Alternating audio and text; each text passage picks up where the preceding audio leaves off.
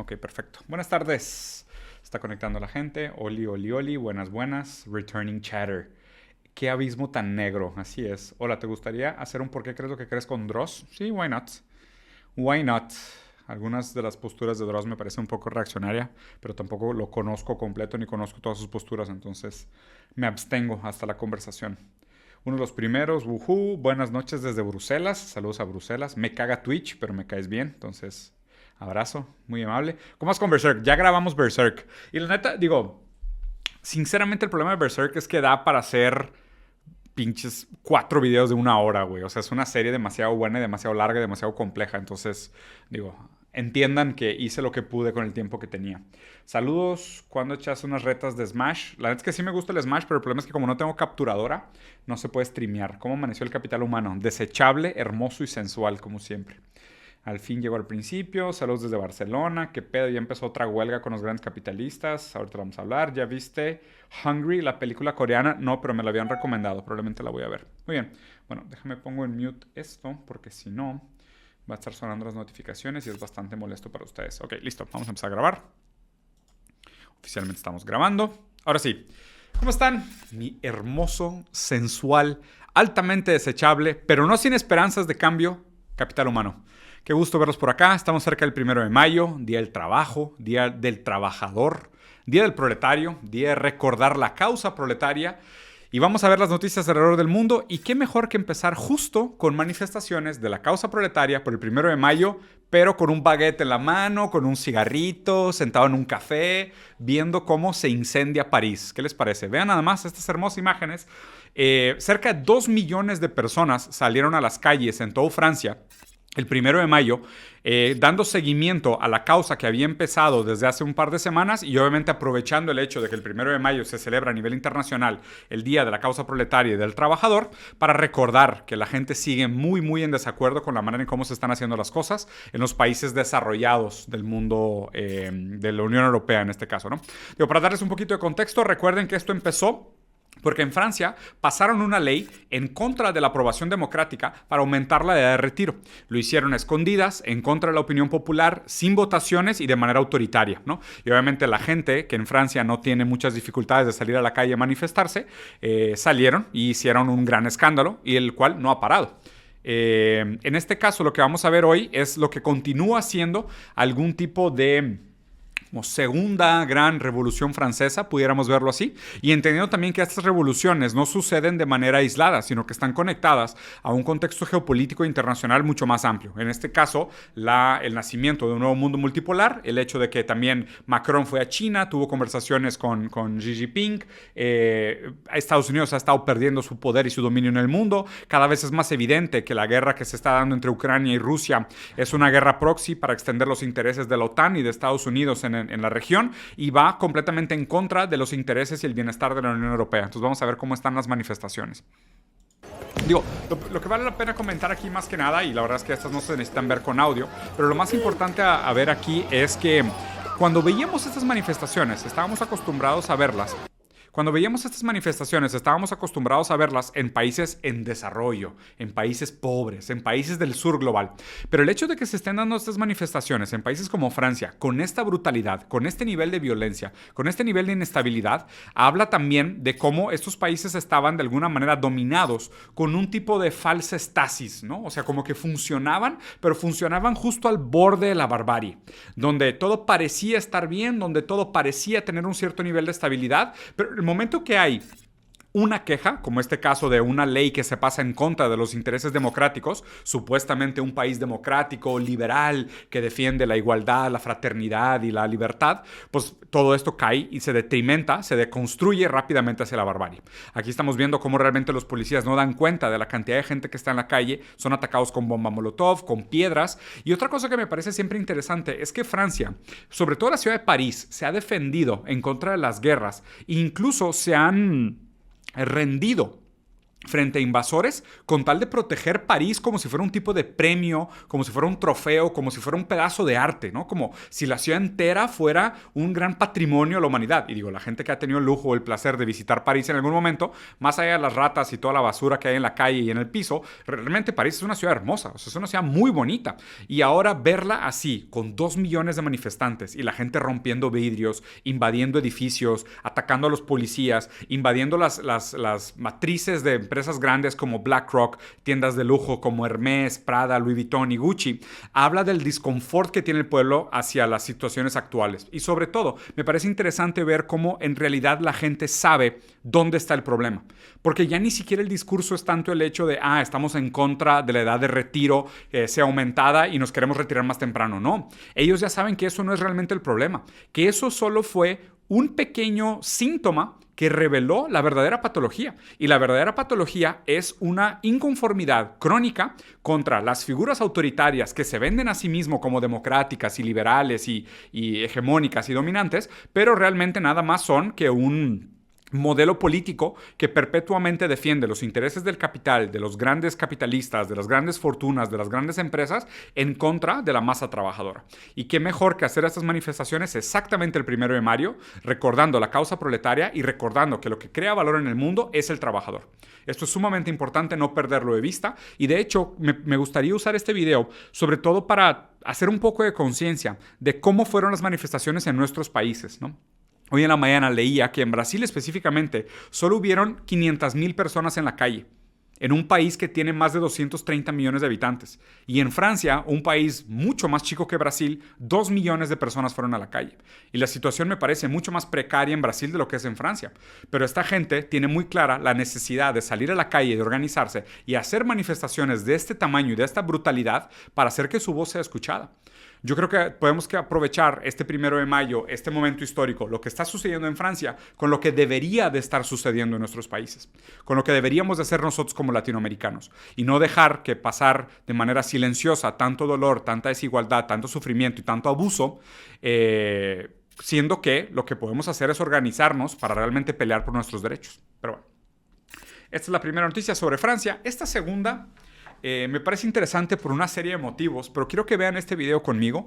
Es un vocero de la Casa Blanca que sale una mañana a platicar normalmente con los reporteros de diferentes medios de comunicación en un día normal, ¿no? Pues él tiene un trabajo que hacer, tiene que cumplir con una serie de responsabilidades, así que sale a dar la cara con los reporteros. Obviamente no es un trabajo fácil, no todos los días son iguales de fáciles, pero este día le pasó algo un poco diferente, ¿no? Entonces la manera como se está relacionando con los reporteros tiene ahí un matiz interesante que me gustaría analizar con ustedes. Escuchen esto. A ver, de hecho, me voy a poner los audífonos para escucharlo con ustedes y le poniendo pausa.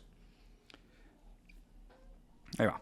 Apologize for being late. My wife just died. Got a lot on the agenda today, so let's begin. Yes, Me disculpo por haber llegado tarde, pero es que mi esposa acaba de fallecer. Tenemos mucho en la agenda hoy, así que adelante. Matthew, ¿alguna pregunta? Matthew? So sorry. I mean, your wife.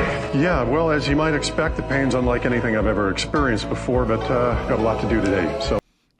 Un reportero le dice, oye, siento mucho lo de tu esposa. Y dice, sí, claro, como podrás imaginar, el dolor que siento es algo que jamás había sentido nunca en mi vida, pero tenemos mucho que hablar hoy, así que continuemos. Let's keep moving, okay? Maura? So sorry to hear that, sir. Janie was a really wonderful woman. Yes, I can confirm that, but Maura, I actually made a pledge to the President and to the people of the United States to keep the nation informed as to the activities of its leader. Otra reportera le dice, oye, lo siento mucho, Jenny era una gran persona. Y dice, sí, puedo confirmar tu afirmación, estoy de acuerdo con lo que acabas de decir, pero yo hice un compromiso con el pueblo americano y el gobierno de Estados Unidos de mantenerlos informados en nombre de nuestro líder supremo. Entonces, continuemos, por favor, ¿sí? Do you need anyone to talk to or someone to help you with anything? ¿Necesitas a alguien con quien hablar? ¿Necesitas un abrazo o algo? People, this subject is not on the agenda today. Believe me, there's nothing I'd like more than to drop down behind this podium and weep.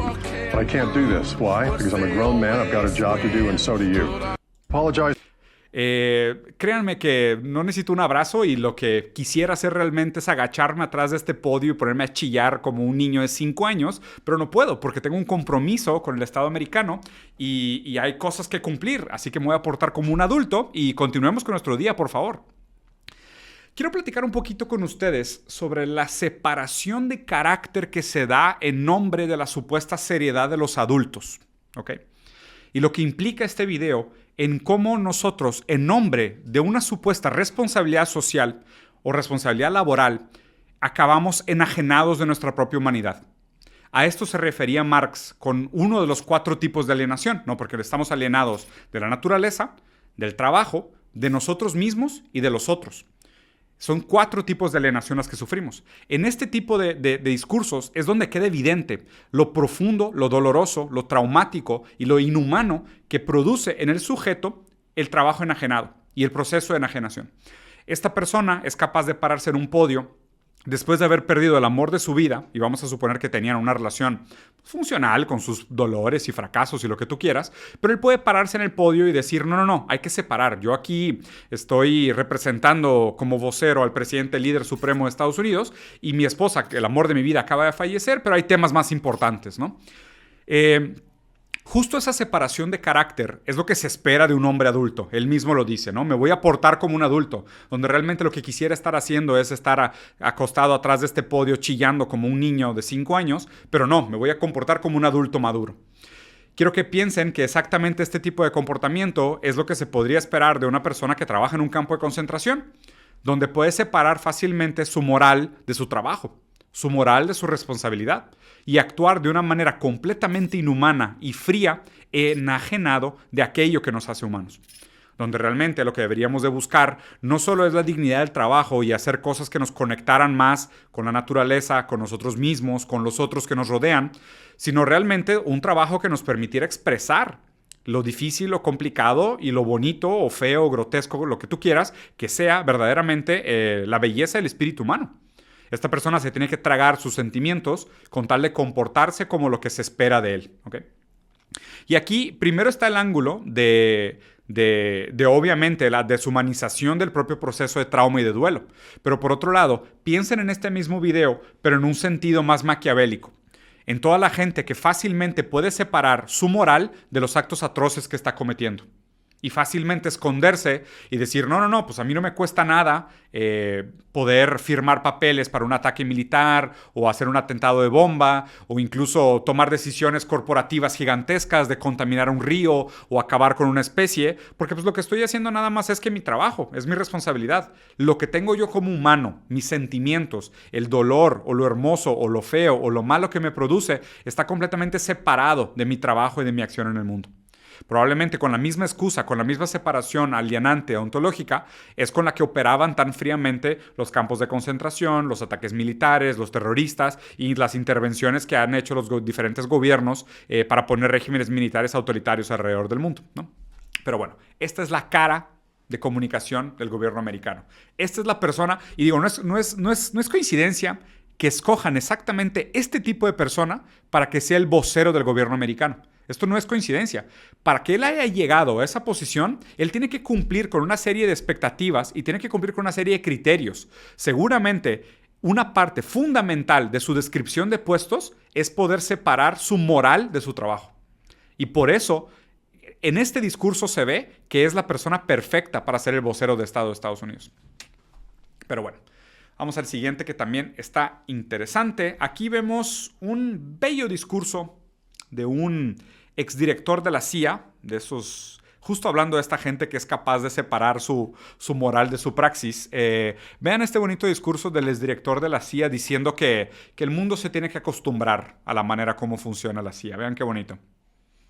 Chile, the only reason it exists is because of Pinochet.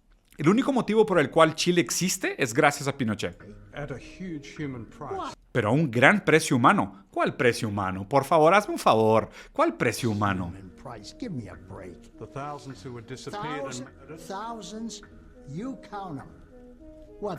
Miles que murieron. ¿Cuáles miles? ¿Tú los contaste? Eso es gaslight, ¿eh? De hecho, tal cual, esa técnica es gaslight. Estás loco, güey. ¿Cómo te atreves? ¿Cómo crees? ¿Cuáles miles? No matamos miles. ¿Tú los viste? Tú viste los cadáveres. Tú los contaste. O sea, tú contaste los miles de muertos en el golpe de Estado que se dio para quitar a Salvador Allende y poner al dictador terrible Pinochet, el hijo de puta, que es un hijo de puta, pero es su hijo de puta. Entonces no hay tanto problema. ¿Tú los contaste, los miles de muertos? Thousands. I've seen their names. in the cemetery in Santiago. He visto sus nombres en los cementerios de Santiago. ¿Estás diciendo que son falsos, acaso? There aren't thousands, sir. Bueno, no fueron miles, señor. Everybody in the present situation regards as a dark time in which the CIA played a major role. Todo el mundo considera que ese fue uno de los momentos más negros de la historia de Chile. Y de hecho, es irrefutable el rol que tuvo la CIA en ese periodo tan oscuro de la historia de ese país. That's right. They played a major role in overthrowing, what's his name? Sí, es verdad. Tuvieron un papel mayor en derrocar a ese... ¿Cómo se llamaba? ¿Cómo se llamaba ese presidente electo democráticamente que representaba los intereses de la mayoría de los chilenos? Ese presidente democráticamente electo que representaba la mayoría de los intereses de los chilenos que derrocamos. Digo, uno más, es que hemos derrocado tantos que, pues digo, no me puedes culpar por olvidarme el nombre de todos, ¿verdad? O sea, no es mi culpa. Digo, derrocamos líderes literal todas las semanas. O sea, ¿cuál, güey? ¿A cuál de todos te refieres? Sacas porque pues he tumbado tantos que uno más, uno menos. Es como que me sería imposible recordar todos los que hemos tumbado. What's his name was Salvador Allende. Yeah, fine. Salvador Allende, hijo de tu repinche madre. He was democratically elected. Right. Okay. Fue democráticamente electo, ¿verdad? Sí, es correcto, democráticamente electo. Is that okay to overthrow a democratically ¿Te parece bien derrocar un gobierno democráticamente electo? elected government? Is it okay? It depends on what your national security. Depende de lo que sean tus intereses nacionales de seguridad. ¿Qué importa la democracia si está en contra de los intereses nacionales de la seguridad americana? Esta es la frase que define la geopolítica internacional americana en un nutshell, ¿no? O sea, esto define cómo funciona la estrategia geopolítica americana. ¿Qué importa la democracia si va en contra de nuestros intereses de seguridad nacional? Así de fácil. Y no lo dice yo, lo está diciendo un exdirector de la CIA. Interests are. What right have you, when I mean you, the CIA, the United States government, or any foreign power, what right do you have to do what you do in other countries? ¿Qué derecho tienes tú, la CIA, en intervenir en los intereses de otros países? National security interests. Intereses de seguridad nacional.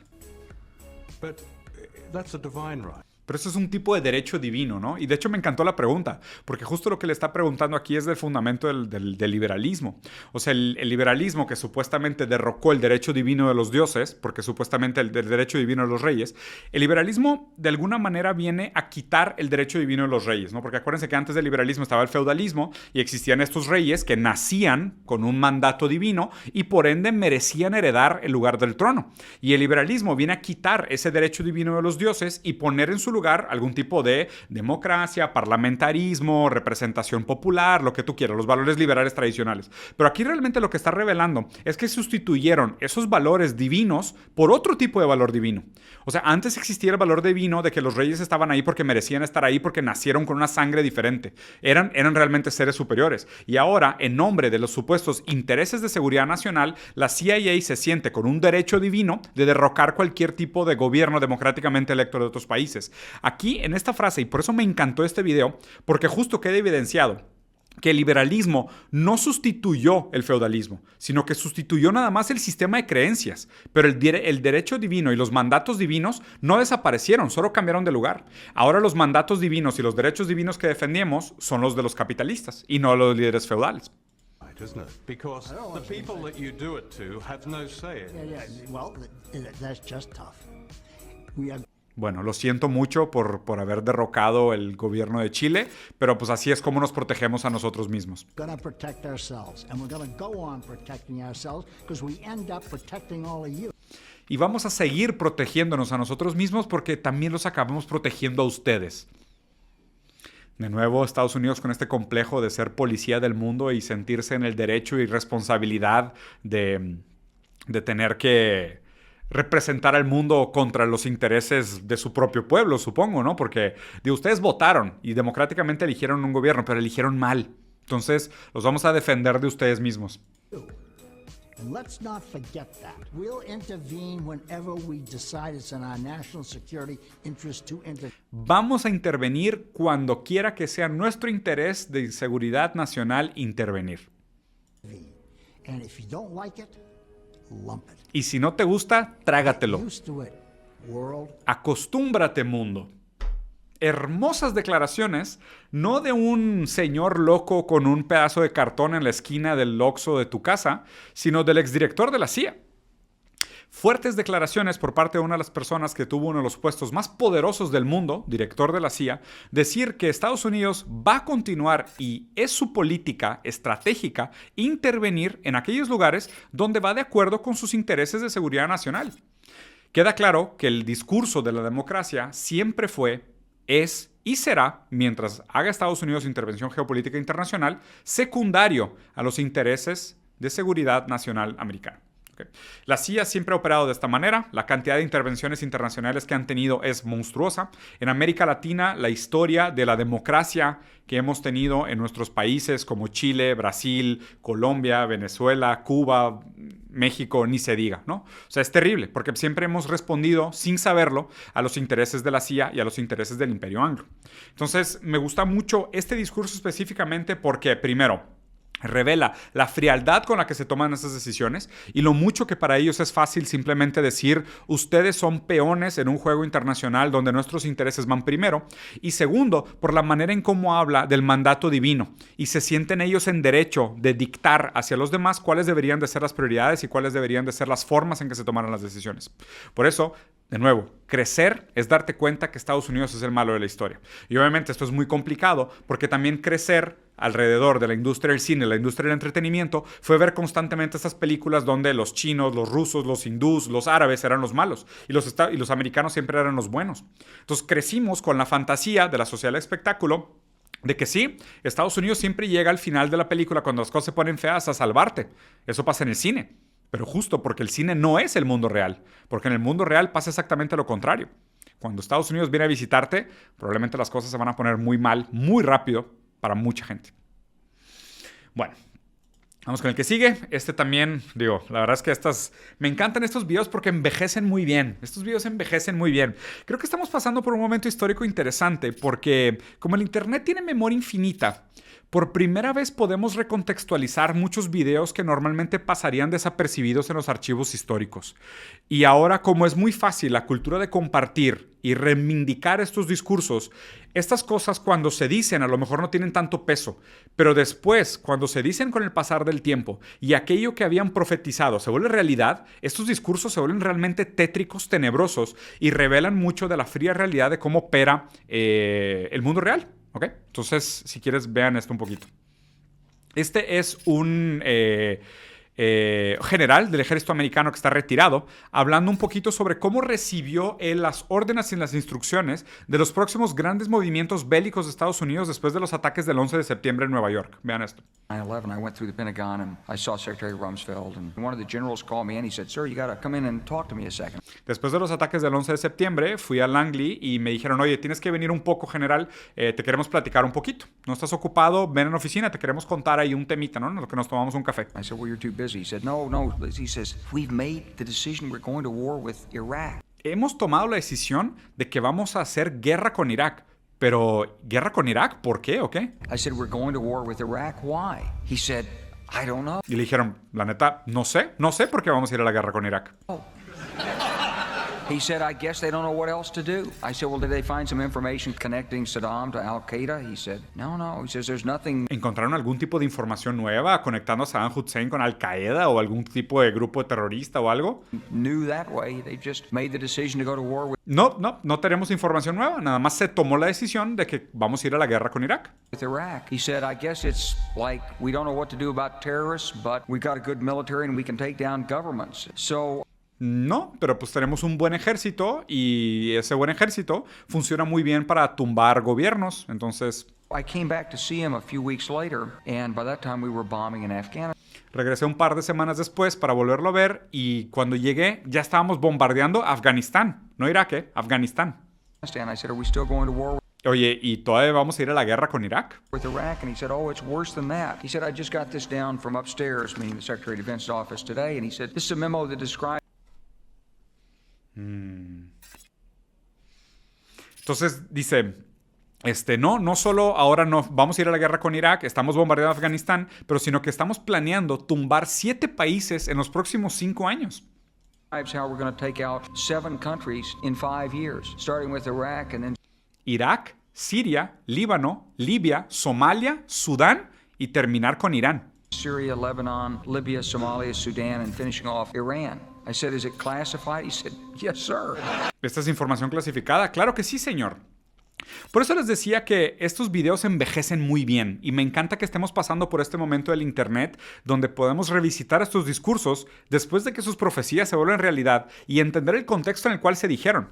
No sé si recuerdan, pero muchas de estas intervenciones como Afganistán, Irak, Líbano, Libia, se hicieron en el nombre de supuestas armas de destrucción masiva, agentes químicos, gobiernos autoritarios, grupos terroristas, y para los cuales no había nada de información real. De hecho, justo como lo está narrando este general del ejército, primero se tomó la decisión de ir a la guerra y después se encontraron las justificaciones reales para hacerlo.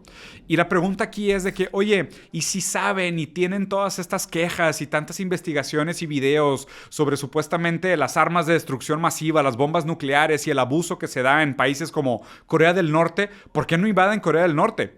Ah, claro, porque Corea del Norte sí tiene armas nucleares y de destrucción masiva. No están locos, ¿verdad? O sea, sí van a estos otros países donde supuestamente hay armas de destrucción masiva, porque claramente no las hay. Porque ahí realmente lo que van es a robar oro, recursos naturales como petróleo y otras cosas, o a derrocar estados que no están alineados ideológicamente con ellos. Pero lugares como Corea del Norte no se meten. Irán tampoco, porque ellos sí tienen maneras de defenderse. Que de nuevo, lo más interesante de todo esto es lo bien que envejece en este video y cómo Internet nos ha funcionado de alguna manera para reivindicar estos discursos históricos y después voltearlos a ver y decir de que, oye, exactamente lo que predijeron, exactamente lo que iban a decir sucedió, pero lo interesante es ver el orden de los factores y cómo se dieron las causas y cómo se dieron las consecuencias. Porque estas guerras todas se decidieron primero desde la lógica de la maquinaria bélica, industrial y americana, y después se encontraron las justificaciones necesarias y adecuadas para hacerlo. Después se encontraron las justificaciones ideológicas, ¿no? Digo, aquí también, si ponen en contraste las manifestaciones que se están dando en Francia, si fuera en cualquier país del Medio Oriente, Estados Unidos ya hubiera invadido. Si las declaraciones que se están haciendo y los videos que están saliendo ahorita de Francia vinieran de Irán, de Irak, de Afganistán o un país así donde hay intereses americanos para ir a robar petróleo, ya hubieran invadido. Pero como es Francia, pues ahí no pueden invadir, ¿verdad? Digo, bueno, a ver cómo se porta Macron. Si Macron se empieza a portar mal y se empieza a alinear demasiado con China y con Rusia y ponerse anti-anglo, cuidado, Macron, porque ya tienen todas las excusas ideológicas y propagandistas para ir a invadirte. Entonces, ten mucho cuidado. Pero bueno. Vamos a ver el siguiente. Esta noticia la verdad es que está cortita, pero me parece tan chistosa que igual se las voy a compartir. ¿En qué siglo estamos? ¿Alguien me recuerda la fecha de hoy? Porque, digo, les voy a leer una noticia como si fuera el siglo XIV, ¿no? Hoy en la mañana, un rey, a cambio de un matrimonio arreglado con una niña de 16 años, ofreció un cargo político para la mamá de la niña y su hermana. Y esto sucedió en una colonia inglesa en el siglo XIV. No es cierto. Esto sucedió en Brasil hace 2 semanas, donde un político se casó con una niña de 16 años y al día siguiente de la ceremonia nombró a su suegra como secretaria de Cultura y Turismo del municipio. Interesante, ¿no?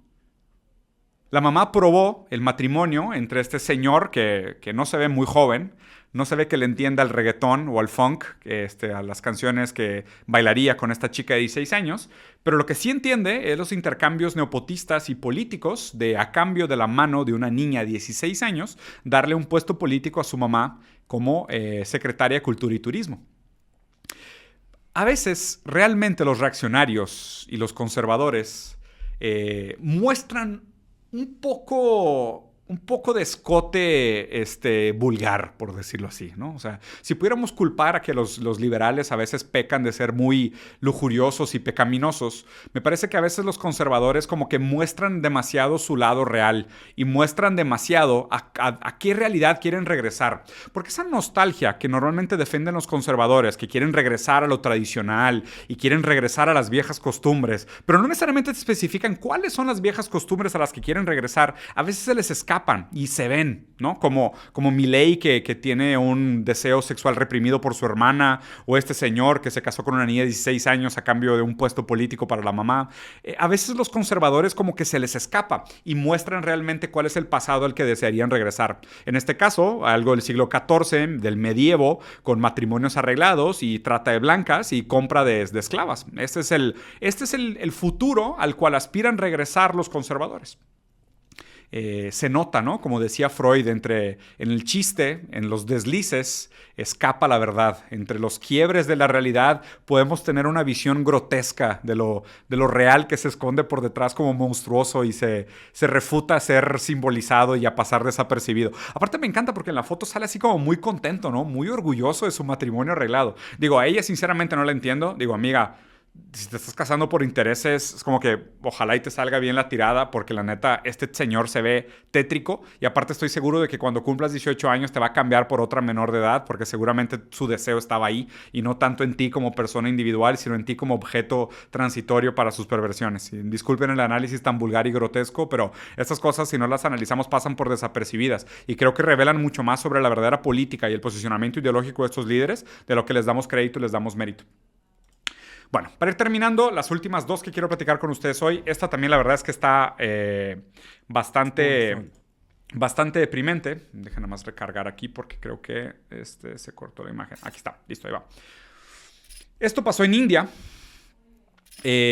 Un chavo murió a los 21 años por cáncer. He lived on a huge oil field run by BP in Iraq. His doctor said his cancer was because of the pollution in the area. El caso es que murió de cáncer porque él vive en una parte de Irak que se llama Rumaila, en donde hay plantas para procesar petróleo de BP, de British Petroleum, ¿no? De la empresa esta inglesa de petróleo. El caso es que es una de las ciudades del mundo donde las plantas están más cerca de las áreas civilizadas y urbanizadas y realmente es impresionante porque ves niños jugando justo al lado del fuego, al lado de las plantas, ¿no? Y aquí, obviamente, la leucemia que él tuvo fue directamente producto de estar en ese lugar, de esa localización geográfica específica y definitivamente el proceso químico que se da en la transformación del producto crudo al petróleo refinado. Después, el papá de este chavo, después de que falleció a los 21 años de edad, el papá de este chavo fue a hacer una manifestación y hizo una declaración hacia el CEO de BP. Y el CEO de BP, como todo un personaje ficticio cuya moral está separada de su humanidad, cualquier humanidad que le sobre, dijo, oye, pues nosotros por lo menos en los últimos 7 años hemos reducido en 65% el flaring, que son estos destellos de llamas que se dan en el proceso de la transformación del petróleo. Hemos reducido en 65% el flaring en esa región, cuando realmente se realizaron estudios y la reducción fue menos del 25%, no fue el 65%. Pero lo importante es que hay que recordar que estas empresas como BP y otras grandes petroleras del mundo, su trabajo es mentir y engañar. Para que el negocio pueda continuar floreciendo y de la manera lucrativa y prolífera en cómo está, su trabajo es mentir y engañarnos. Y si no se acuerdan, estas se las cuento rapidito. Ustedes saben este término de la huella de carbono, el carbon footprint, que le dicen en inglés. ¿Y saben de dónde viene la huella de carbono? ¿Se acuerdan? Bueno, originalmente el impacto de la huella ecológica sí se trata de un libro de unos antropólogos que hicieron un trabajo serio para llegar al término de ecological footprint, que es la huella ecológica, que es verdad que el ser humano tiene una relación con el medio ambiente y la producción, incluso hacen una crítica al libre mercado como supuestamente algo que nos promete de manera tecnocrática algún tipo de solución a la cual nunca vamos a llegar. Y es un libro relativamente serio a lo cual caben sus críticas, pero no estamos hablando de esto. Estamos hablando de la huella de carbono, no de la huella ecológica. Huella de carbono es un término inventado por BP. Junto con grandes agencias de marketing, hicieron una gran campaña con millones de dólares, con cientos de millones de dólares, para implantar ese término en la comunicación popular. ¿Ok? ¿Para qué? Para modificar la manera en cómo entendemos quién es responsable del cambio climático y quién es responsable de las repercusiones de su proceso industrial. ¿Quién es responsable de la muerte de este chavo de 21 años con leucemia? ¿ok? Obviamente es BP, por el lugar donde ponen sus plantas y el efecto que tienen en el contexto inmediato de la producción de petróleo. Pero a través de usos de términos como huella de carbono, lo que hacen es voltear la culpa al consumidor. Dicen, no, tú tienes una huella de carbono. Sí, nosotros producimos, pero el que consumes eres tú. Entonces la culpa está en el consumidor, no en el productor. Yo produzco, yo creo todos estos tipos de gases y contaminaciones y químicos y subproductos de mi proceso, pero la culpa la tienes tú porque tú consumes. Si tú consumieras menos, existiría menos riesgo y tendríamos menos impacto. De hecho, ellos fueron los que sacaron las páginas con calculadoras de huellas de carbono, donde tú puedes ir a sentirte terrible sobre tu culpa blanca y calcular exactamente cuánto deberías de latiguearte a ti mismo por comer 2 donas a la semana o usar popotes de plástico. Mientras ellos, en lugares como Irak, con lugares como Rumalia, tienen ahí flares y gente quemándose y niños jugando al lado de pozos petroleros donde hay emisiones absurdas que producen leucemia. Y a todo esto me parece que lo interesante de esta conclusión es que creo que eventualmente vamos a cambiar el paradigma de la manera en cómo entendemos la responsabilidad y las consecuencias de las patologías, ¿no? Donde este chavo murió de leucemia, pero la culpa de su leucemia es British Petroleum. La culpable de que él tenga leucemia es específicamente esta empresa. Y creo que en el futuro, cuando el cambio climático se vuelva un problema que produzca una migración brutal por lugares donde ya no sean habitables o simplemente lugares donde la contaminación sean tantas que empiecen a ser detrimentales para la expectativa de vida, donde vamos a vincular la gran mayoría de las causas de muerte de nuestra generación contemporánea con los abusos de la industria y del libre mercado. Y en ese momento vamos a tener que replantearnos cómo funciona la justicia y cómo funcionan muchas de las normas y el derecho y la legalidad para poder vincular las causas y sus repercusiones y buscar realmente quiénes son los responsables de estas muertes y buscar de alguna manera justicia para tantas familias como la de este chavo que perdió la vida por leucemia provocado por una empresa como British Petroleum. Y bueno, para ir terminando, vamos a la última. Esta la dejé al final porque creo que es de las más impactantes de esta semana.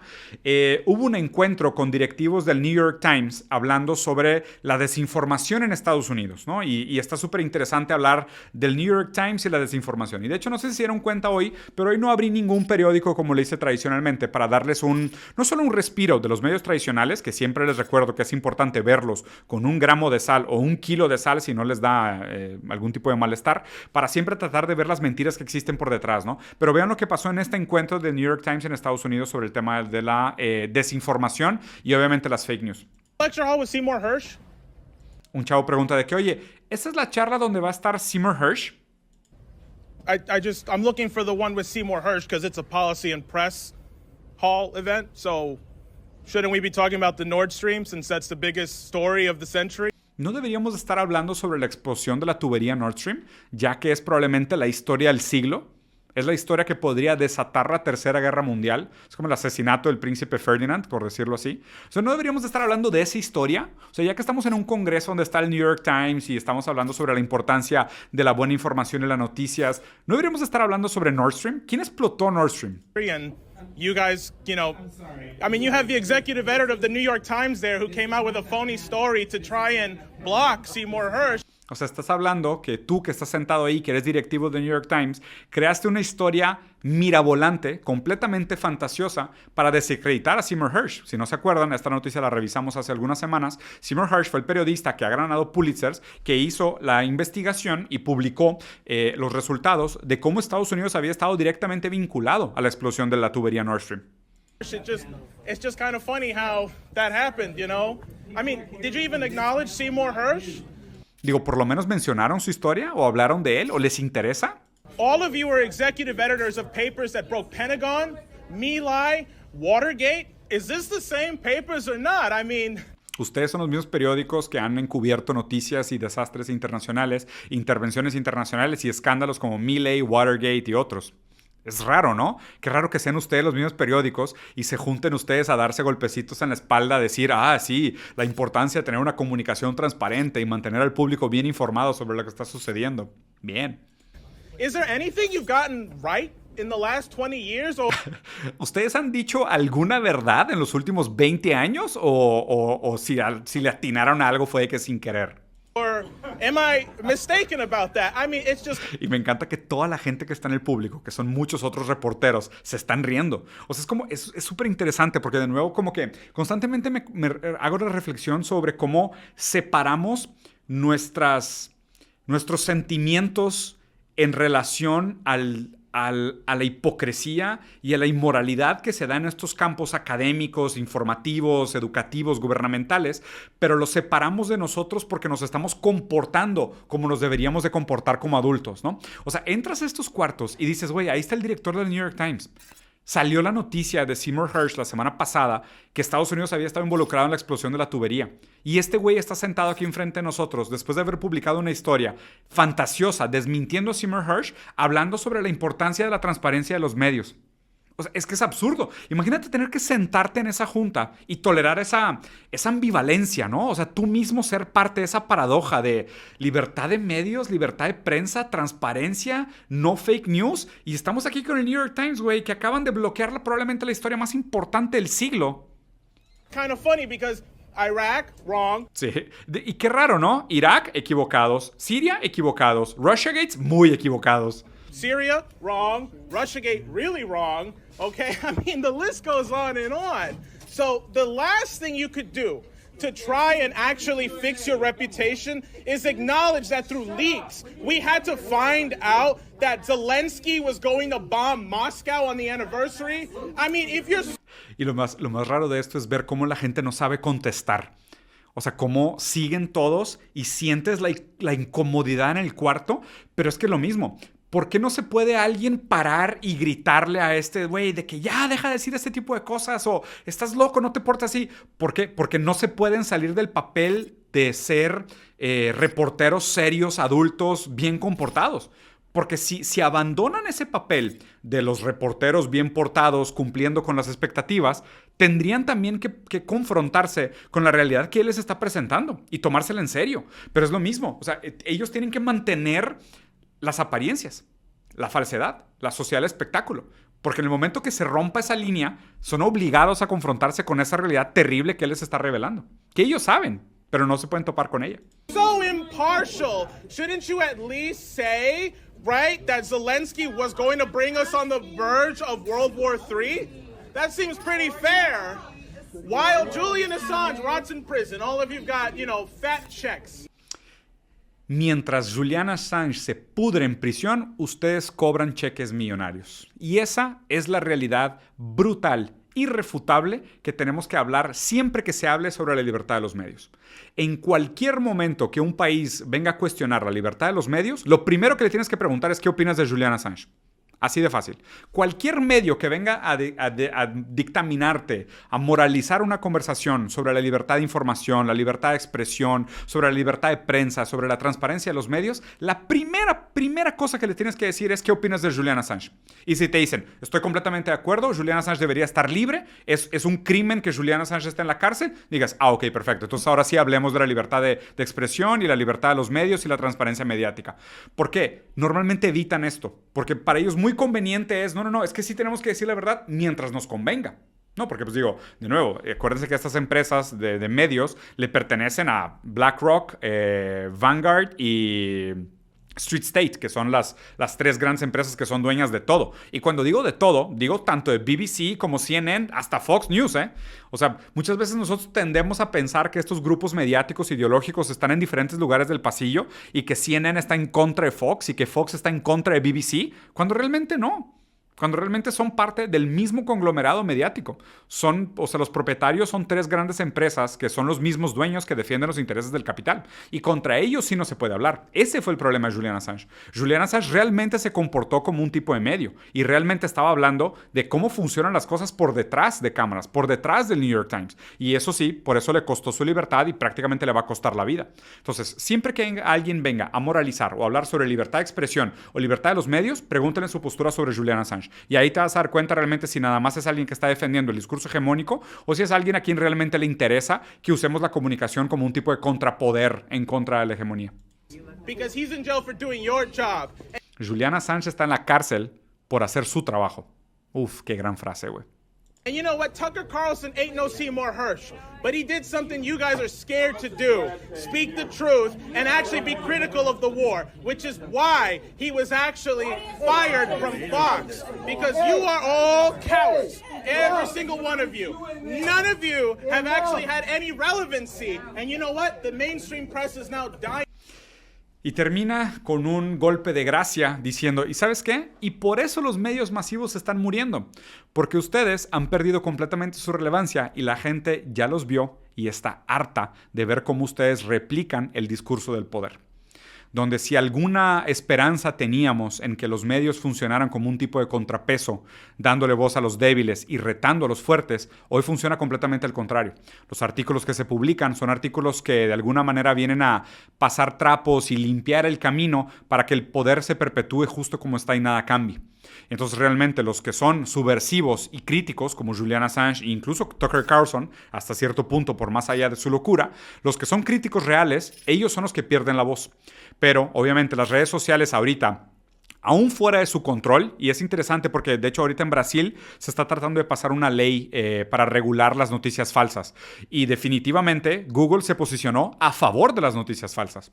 Y si no me creen, vayan a ver. En la página principal de Google en Brasil estaban bloqueando anuncios a favor de la regulación de noticias falsas y estaban promocionando el miedo de cómo la regulación de las noticias falsas le iba a quitar neutralidad al Internet. Entonces, esto es lo extraño. Y eso es raro también porque en el video que revisamos la semana pasada con Santiago Armesilla sobre las ciertas frases más tétricas y perturbadoras de los liberales están a favor de la mentira y la propaganda.